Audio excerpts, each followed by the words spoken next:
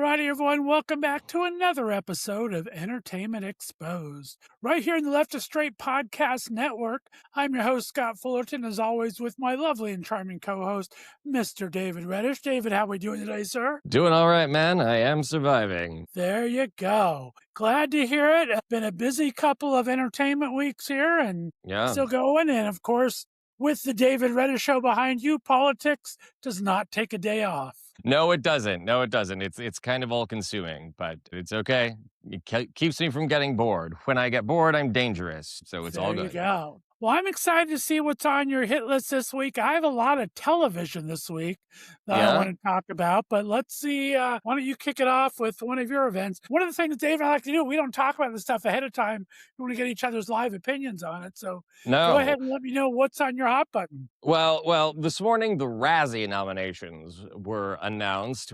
If you don't know, Scott, or if our listeners don't know, they're kind of the anti-Oscars. There are kind of ironic awards awarded to the worst movies of the year. And this year is a surprisingly strong slate of contenders, which is to say some really, really bad movies nominated for Best Picture this year. And this is interesting because this year, I think maybe the first year they're announcing or they're including movies that were released specifically to streaming that didn't have theatrical runs. So, for example, the Netflix movie, The Electric Slate, which starred Millie Bobby Brown and was directed by the Russo brothers of Avengers Endgame fame. That's nominated for Worst Picture. Snow White, the awful live-action remake with Rachel Zegler and Gal Gadot. That's up for Worst Picture. Star Trek Section 31, which was an exclusive release, never played in theaters, which was actually intended to be a television series pilot focusing on Michelle Yeoh's character, but because she won an Oscar and suddenly had all these movies to do, Paramount retooled it into a sort of TV movie. That was pretty rough. I watched it and whoa, it was bad. Not my worst of the year, mind you, but it was hard to get through. And The War of the Worlds, which was this big budget found footage reimagining of The War of the Worlds that starred Ice Cube. It was released to Amazon and got a 0% on Rotten Tomatoes. Nobody liked this movie, and Amazon sort of buried it as soon as it was released. So if you haven't seen it or heard about it, you dodged a bullet there. Some big name talent nominated for Worst Actor: Ice Cube for War of the Worlds, Scott Eastwood for Alarum, Jared Leto for Tron Ares, a film we've talked about quite a bit on the show. Right.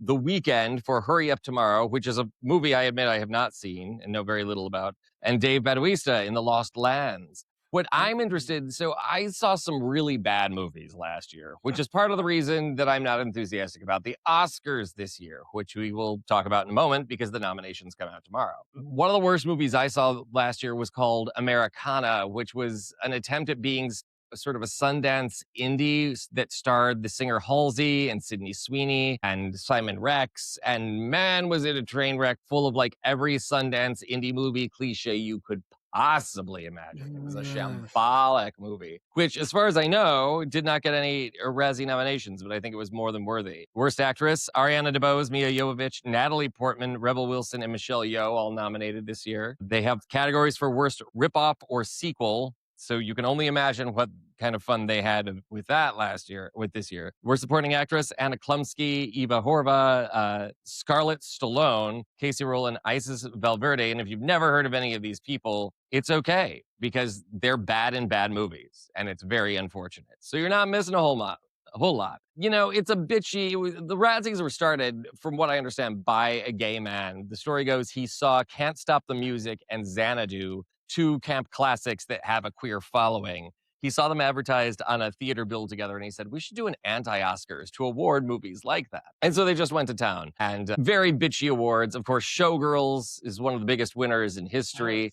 And Paul Verhoeven, who directed Showgirls, showed up famously to collect his statue and sort of say, yep, y'all are right. That's fine. And since that time, Tom Green has showed up to collect his award. Halle Berry very famously showed up to collect her award for Catwoman, Worst Actress. She walked out holding her actual Oscar and put it on the podium and proceeded to thank Warner Brothers for putting her in a piece of shit movie. It's fun when they have a sense of humor about it. You know, these people, they know they're in bad movies. It's interesting to me to see the Russo brothers are nominated for The Electric Slate, which is also not surprising. It's interesting to me that they are sort of hyped as these great action directors, but I'm I guess I'm a contrarian on this point because I didn't think Avengers Endgame or Infinity War were really that good, and anybody could have directed them. Like, looking at it, I'm going, there's no directorial style here. There's no voice. They're not commenting on these characters or situations. It's sort of like a weird, extremely expensive Marvel clip show. And that's not the hallmark of a true filmmaker, which is why they had Gray Man on Netflix, which was another bomb, and now the Electric State, both huge bombs. I don't know why people are sweating over them, and I don't understand why Marvel brought them back to do Avengers Doomsday. We'll see how that plays out for them. There's a lot of hand wringing. I read a story this morning that Kevin Feige's very, very nervous about how Avengers Doomsday plays and the kind of box office it does. It's meant to be kind of a band-aid and a sort of reset of where the Marvel universe has gone. I don't know if that's going to correct the ship, but we are about to find out. It's going to be interesting. Kevin has had his fingerprint on all that and very proud of those. And I think he's seen the writing on the wall the last few movies. So it's going to be interesting to see how that plays out for sure. I have fun. The Razzies, the Hasty Pudding Awards, they're kind of fun as they come out to do. So I like watching them. I take them with a grain of salt. I agree most of the time for some of them. And some are just fun. But yeah, good choice. I did enjoy seeing those, and I would have to say I agree with about 95 to 98% of them. Usually true. Sometimes I think it's a little mean, but I think the good outweighs the meanness. They got in trouble. The Razzies, maybe we should mention that the Razzies a couple of years ago got in trouble because they nominated a child actor in one of the worst acting categories, which they had done before. Eileen Quinn was nominated for Annie. Jake Lloyd was nominated for Star Wars: The Phantom Menace. And people got all up in arms about, how dare you do this to a child? And they were sort of like, we've been doing it for 35 years. What are you people talking about? Right. But now they've sort of removed and absolved child actors from being blamed for this. Is that being too woke or too politically correct? I don't know. I mean, I've seen some really bad child actors in my day, and I think most of the time that's the fault of the director rather than the child. I don't know. If the Razzies are starting to make exceptions, I don't know if that's the regard. Well, like you said, and it's the spirit that these are intended to. They're not there to push anyone down. They're more to poke fun at the industry in general. If these things are going on. So yeah, you got to take that with a grain of salt. You did talk about Oscars. I'll let you get into that in a second, but let's do a little palate cleanser in between because as you talked about also, Sundance started. We, of course, film this on Wednesdays, and this is airing on Fridays. But yesterday, Sundance started. I made a little post on my social media the other day. I've been invited the last 2 years to Sundance. First year I didn't go just because of scheduling problems and Mom wasn't feeling good. This year, I just didn't feel like getting cold up into the mountains, even though it would have been exciting for its last year in Park City before it moves into Boulder. But I thought, no, it's going to be too cold. I have nothing to wear. Yesterday, it was fucking 5 degrees and 15 degrees here in Northeast Ohio and snow on the ground everywhere. It's like, okay, I could have been watching movies and having fun, but that's okay. But a great queer slate, I think, at Sundance this year. They always have quite a few nice movies, but I think they're doing a pretty good slate. They have 3 or 4 documentaries, very female-centric this year. I think all the documentaries are female. I think there's Brittany Griner from basketball and Billie Jean King and the one actress girl, I think her name's Helen or whatever. What is her name? I don't remember. But docs, there's a couple of good lesbian movies. It's going to be fun to see Greg Araki out there again. He's been known for a lot of great LGBTQ films, and he's kind of double dipping with Olivia Wilde. Olivia's starring in his movie there, and she's doing a movie that she's directing there as well. So she's getting out there twice. Is there anything on your hot button for the Sundance this year? Not really. I mean, you make a great point. Sundance once was a great bastion of American indie cinema, especially for queer films. That, in the late 90s and into the aughts, it was still very, very hard to get an audience to watch anything about LGBT people. And Sundance very much embraced the community and embraced filmmakers like Greg Berlanti. I know the Broken Hearts Club debuted up there. Movies like Hedwig and the Angry Inch. Movies like, I believe, Far From Heaven was Sundance. Really great slate. The thing about it is, I have been to Sundance. I covered Sundance in Park City on the ground, and it's thrilling to be there. Park City is actually very, very tiny, in case you or our listeners don't know. Which is one of the reasons why they're moving it, but yeah. Yeah, and it looks like an Old West town where you can maybe fit one car down the street. The streets are very, very narrow, and it's expensive like nothing I have ever seen. I'll never forget the first night I got in, I decided, okay, I'm going to go downtown and I'm going to sort of check things out and figure out where I need to be because I was doing a lot of interviews. I was going to a lot of screenings. And I decided to have a slice of pizza and a Coke for dinner, and it was $22. It's that kind of thing. And then that doesn't count, the Lyft and the Uber rides that you take from, your Airbnb. I was fortunate. I stayed with great people while I was there. I had a delightful time. The festival was kind of, they gave me a stipend because I was not a full-time, I didn't have a full-time job at the time. And I came back with incredible material and met amazing, amazing people, including Greg Araki. Actually, he was one of the people I interviewed the very first year. I went for a show he did called Now Apocalypse, which did not last very long. It was not very good, but it was very much a Greg Araki show in that it was borderline softcore and just kind of wacky. Just saying. If you like his stuff, you like it. If you don't, you don't. He's very hit or miss, I think. It's a thrilling place to be.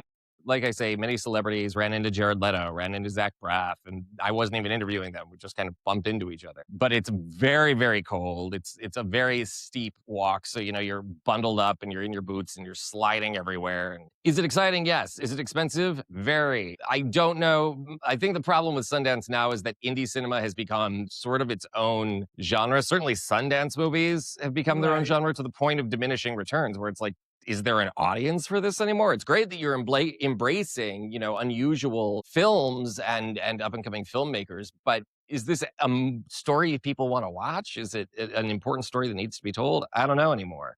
And once they started their own channel, I think it kind of diluted it a little bit. Yeah. When they started the Sundance TV channel, I didn't think that helped their brand at all. And it was the exclusivity of it, but as it started getting more and more people attracted, like you said, it got very expensive. This year, they're having Salt Lake do a couple of the events just to make it a little cheaper and easier for some people. Boulder is a fantastic city in Colorado. I think it'll be a very interesting move next year. I might go to that. I was the same way. Both times I've been invited has been on the scholarship because it is a little pricey to go to everything and to stay at everything. They have some very great things for both filmmakers and for critics where you can get some help there, which I really enjoyed. Yeah. I definitely had to subsist on there were, back in the day before COVID, there used to be a lot of parties where it would be open bar and there would be, snacks and food. And that was the only way I could afford to eat because the publication that I was writing for at the time, and I won't say the name, use your imagination, people, if you really want to know. They wouldn't give me any money to go. They thought it was stupid. And then all of a sudden I'm coming back with all these great celebrity interviews and highlighting these films. And suddenly people were paying attention to the site. But it's like, no, by all means, let me starve and give me no money. Like to do any of this and be angry that I want to do it in the first place. That's a personal grievance. We don't want to air that right now. I'm just right. Yeah, my trade-off, like I said, if I'm going to be cold this year, I decided on my trade-off is I'm going to go to TIFF. I'm going to go up to Toronto Toronto's International fabulous. Film Festival because it's cold and it's not as far for me. It's literally like a 4-hour drive, and it is a lot more reasonable city as well. So. Yes, and with more hotel rooms, which is a big, big problem in Park City. Part of the reason they're moving it is I think there are only a few hotels, and they will charge $3,000 a night, and people will pay it. So I was lucky that I landed some very cool rooms and some Airbnbs in the area with very cool people who offered free breakfast and wine. Yeah, and I think you absolutely should go to Toronto. I loved the Toronto Film Festival. It's my favorite, and you should absolutely go if you get the opportunity because that's another one. People are very, very friendly, and it's not as expensive, and Canadians are just very nice people, or they were before our current political debacle. But the thing that it's funny. The first time I covered Toronto, I think it was in 2017. It was during Trump's first term in office. And it was funny because everywhere I went, from the time I got off the plane, Scott, all anybody wanted to talk about was, are you okay? What's going on in your country? What about this maniac? And it was the bartenders at the parties. It was the people on the train, on the cable cars. It was the people you met in the restaurants. It was so out of control. It was ridiculous. Yeah, but they're very nice people. I fell in love with Toronto. When I first moved here like 25 or so years ago, I would go there quite a bit. The exchange rate was good. Yeah. I'd get about $1.50 to my English buck. So I would go up there. It's a 4-hour drive from here. I would go there, do the exchange rate, use that extra $0.50 to pay for the hotel room while I was there. And I did a lot in Toronto. It became very familiar, enjoyed the city, went to one film festival there, but I just love the city. But it was very weird. It's the Trump years, that's for sure. Well, it'll be interesting to see how they treat us this year, if indeed you go. I would love to go myself, but I don't know that I'll be able to. I'll probably be bogged down here with the show, but that's okay. It's a net positive. Should we talk about the Oscars, or do you have something else you want to talk about? Well, jump into the Oscars. We'll stay in movie. Like I said, I have a lot of TV, so I'm going to bring Okay. us to TV in a bit and see what your take on that. Go Okay, ahead. so the Oscar nominations come out tomorrow. And what's interesting is I've read a lot of predictions, in part because I haven't been that enthusiastic about the movies this year. I'm still woefully behind in my screening. It's interesting because there's not a lot of agreement as to what's even going to be nominated, because I Right. think maybe nobody is particularly passionate about anything this year. The two that seem to be surefire are the movie Sinners, Ryan Coogler's film. There's a lot of buzz for that. Best Picture, Best Director. Michael B. Jordan is Best Actor, Best Original Screenplay. And there's a lot of talk about Paul Thomas Anderson's film, One Battle After Another, which I'd say is the frontrunner to win Best Picture and Best Director this year. I would say Leonardo DiCaprio, Sean Penn, Benicio del Toro, and, oh, my brain is dying, Tiana Taylor will all be nominated this year as well. And that'll be nominated in all the major categories. It's a great looking film, and it is very, very solid. It's not Paul Thomas Anderson's best, or not my favorite among them, but it's extremely technically savvy. And I think this is going to be his year. I think there's a Right. feeling in Right. town that it is his turn. Ryan Coogler already has an Academy Award. Paul Thomas Anderson does not. And so I think that could be the deciding factor when it comes down to who's going to get the most nominations, who's going to actually win in the end. Most estimates I've seen have the two neck and neck in terms of who's going to get the most nominations. I'm thinking my money is on one battle after another, but we'll see. I think it's going to be very, very close. Right. The categories to watch this year are going to be Best Actor and Best Actress. Best Actor, we're almost certainly going to see Leonardo DiCaprio for One Battle After Another, and Michael B. Jordan, as I mentioned, for Sinners. We're also probably going to see Timothée Chalamet getting his third nomination for Marty Supreme. Ethan Hawke getting his second nomination as an actor. He's been nominated as a writer several times for a film called Blue Moon, and Wagner Moura for a movie called The Secret Agent. Who's going to win? I don't know. It's kind of like there's a temptation to want to predict who the winner is going to be or who the front runner is, but until we actually know the dynamic of the category, it's very, very hard to do. Right. My feeling thus far is that Chalamet, I think this is going to be his year, in part because I think there was some buyer's remorse last year when it was coming down to him and Adrian Brody pulled it out and gave the worst Oscar speech in human history. And everyone was just sitting there going, we could have had Chalamet. Wouldn't he have been so cute and actually had something to say up there? I think that may be what pushes him over the edge. That, and he's one of the few people of his generation that can actually open a movie as a star, and people will go see the new Timothée Chalamet movie. They don't really do that for other actors his age. Best Actress is going to come down to Jessie Buckley for a movie called Hamnet, and Rose Byrne for a movie called If I Had Legs, I'd Kick You, which I actually have seen. If I Have Legs, I'd Kick You. Rose Byrne is sublime in it. She's wonderful. She would be who I would vote for Best Actress right now. I kind of don't even want to mention some of the other names here because it's like nobody can agree on who else is even going to be nominated beyond those two. They seem to be the front runners. We could also see Emma Stone for Begonia. We could see Cynthia Erivo for Wicked for Good. Chase Infinity for One Battle After Another. It's too close to call right now. And it's interesting because none of these have been, I think, major hits either, with the possible exception of Wicked for Good, which I think Ariana Grande may get another nomination for it. But I think it'll be nominated in technical categories. But I think there's also going to be buyer's remorse insofar as last year, Wicked Part 1 was fantastic and everybody loved it. And I said John Chu should be nominated for Best Director. This should win Best Picture. And I remember the talk in town at the time was, oh, they're going to wait to award it for Part 2. Sort of what happened with the Lord of the Rings trilogy, where it was nominated every year and then it won everything when the third movie came out, sort of like as a victory lap, right? The problem is Wicked for Good is not as good as the first movie. And so I think there's going to be regrets about, oh, we could have awarded Cynthia, we could have awarded John, we could have awarded the movie, and now we're not going to be able to award it because nobody's that happy with it. It may also be nominated for Best Original Song for The Girl in the Bubble, which is one of the worst songs I've heard in years. to the point I thought it was an embarrassing song where I'm like, I know you want to be nominated for an Oscar right now, but this is a bad, bad song. Why are we? She actually talks about how she needs to pop the bubble. Like that is a refrain in the song. And I'm going, oh, no, no, no, no, no, no. We need to try a little harder on this one. I'd say in the supporting categories, Stellan Skarsgård will likely be nominated. And I think he's the front runner to win Best Supporting Actor this year. I would say, like I said, Benicio del Toro, Sean Penn for One Battle After the Other, Jacob Elordi for Frankenstein. Also, he would be a dark horse, but I think he maybe has a shot. On the other hand, Stellan's picking up a lot of critics awards, so I think that gives him momentum. Best Supporting Actress category, Ariana Grande, like I mentioned, Tiana Taylor, like I mentioned, and I'm hoping for Amy Madigan, who was my comeback of the year, as you recall from our year in review. Right. I think she's going to score a nomination for Weapons, and I think she's the front runner in the category. My guess is, depending on how the nominations fall, again, it's too early to really predict. I think it will come down to her and Tiana Taylor from One Battle After Another. And Tiana Taylor is marvelous in that movie. Yes. I would still vote for Amy Madigan because that was the most memorable character of the year, possibly even the performance of the year, insofar as it's the one that impressed everybody, that is going to be etched in the collective unconscious for years to come. So we'll see what happens tomorrow. When I first moved to town, I used to get up early to watch the nominations live. Now I'm elderly, and so I don't do that anymore. I watch them on the YouTube. There you go.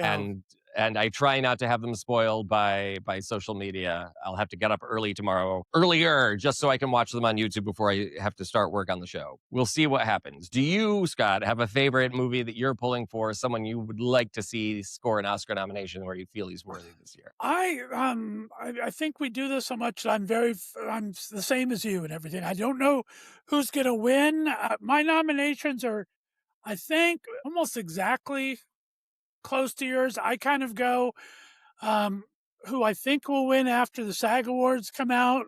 You get a lot of hints into that because they're the ones that vote in the categories for actors. And with Best Picture being 10 movies now, I always think that's a crapshoot. I just think it's so tough to even predict that. You know who's going to be nominated, but it's really hard to see unless you see where the momentum's going.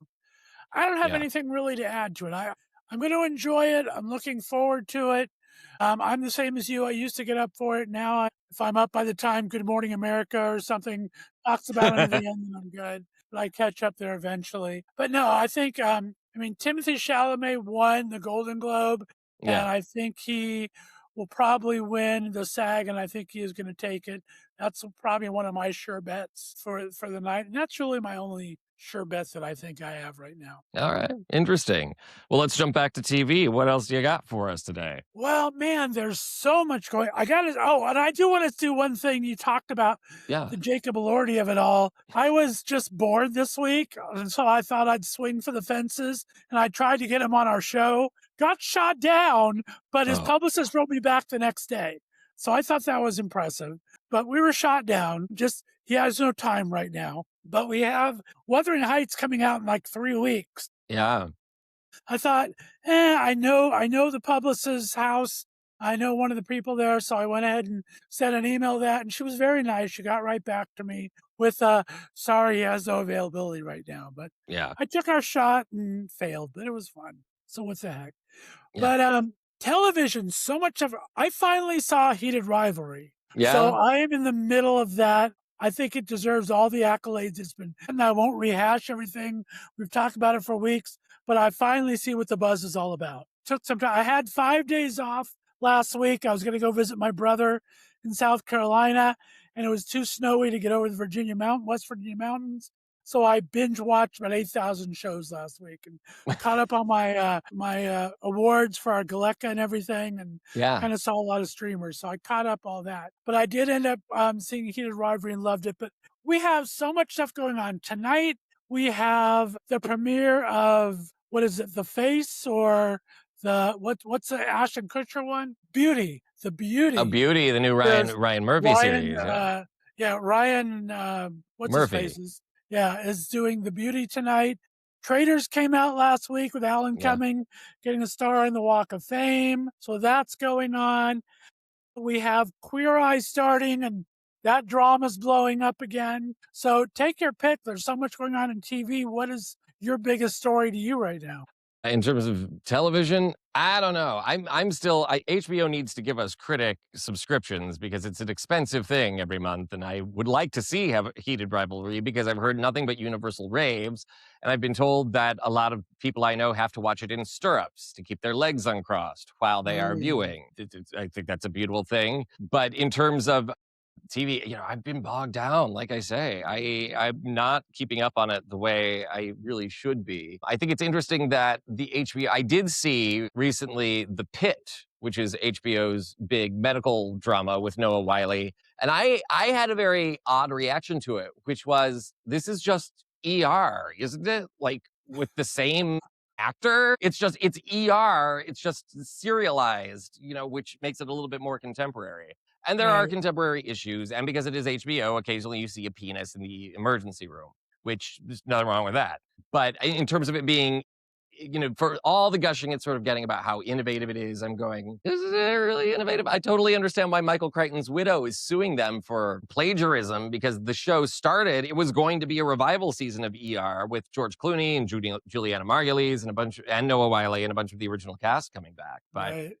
then ended up scrapped and it ended up retooled as The Pit over at HBO. The people are still loving it. I will, when it becomes available to us via Gallica or any of the other critics groups I belong to, I will gladly watch it because I don't want to sound like I'm trashing the show. It is actually compelling. And I don't like procedurals. I don't like medical Right. dramas as a general rule. I'm sort of like, okay, it's a lot of medical technobabble and somebody's going to die and we're all supposed to be moved by it. And those doctors and nurses, don't they work hard? It's kind of every single episode of every single medical drama ever. But this one is interesting and it has a very interesting cast. And so I'm hard pressed to really criticize it beyond it's just ER. It's one of the shows that's an industry favorite, which is why I think it's generating so much buzz. I mean, Yeah. it's different when the audiences and the critics talk about it, but I think this is one of those industry. A lot of the people inside television and show business are watching it, so I think that kind of adds to Yeah. the buzz about it. Doesn't make it any better or any worse,